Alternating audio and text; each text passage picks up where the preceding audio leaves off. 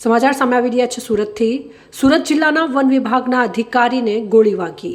Kamrej Jokha road ઉપર RFO સોનલબેન સોલંકીને ગોળી વાગતા તાત્કાલિક હોસ્પિટલ ખસેડવામાં આવ્યા। ગોળી કઈ રીતે વાગી તેને લઈને શંકા। આ ઘટનાને પગલે સુરત જિલ્લા પોલીસ સ્થળ ઉપર દોડી ગઈ।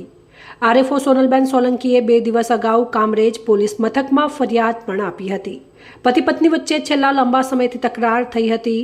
સોનલબેનનો પતિ પાલ આરટીઓ ઇન્સ્પેક્ટર તરીકે ફરજ બજાવે છે।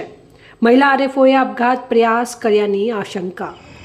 સવારે કામરેજ પોલીસ સ્ટેશનમાં એક વર્દી મળેલી કે જે જોખાવાવ રોડ છે ત્યાં એક ઝાડ સાથે ગાડી ટકરાઈ અને એક્સિડન્ટ થયેલો છે। એટલે પોલીસ જે હોસ્પિટલથી વર્દી મળી હતી કામરેજ ખાતે ત્યાં પહોંચેલા અને ત્યારબાદ જે એક્સિડન્ટ થયું હતું એ સોનલબેન સોલંકી જે આરએફઓ તરીકે ફરજ બજાવે છે એમને શિફ્ટ સુરત સિટીમાં કરવામાં આવ્યા હતા। ત્યારબાદ ત્યાંથી મેસેજ મળતા પોલીસ ત્યાં પહોંચેલી અને જ્યારે ડૉક્ટરે આગળની કાર્યવાહી ચાલુ કરી ત્યારે ડૉક્ટરને અંદાજ આવ્યો કે કંઈક શંકાસ્પદ છે અને એમના માથામાંથી બુલેટ મળેલી છે। એટલે તાત્કાલિક ડૉક્ટરે પોલીસને તમામ વિગતો જણાવી।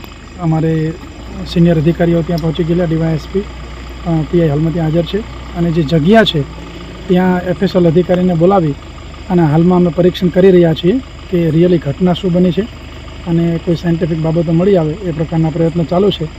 હાલ જે સોનલબેન સોલંકી જે છે એ હોસ્પિટલમાં એડમિટ છે અને ડૉક્ટર આગળની જે કંઈ કાર્યવાહી કરવાની હોય એ કરી રહ્યા છે।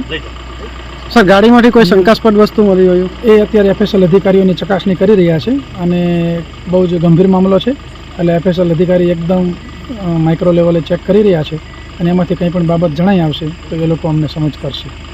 અહેવાલ રવિ પટેલ, સંબંધ ભારત ન્યૂઝ, સુરત।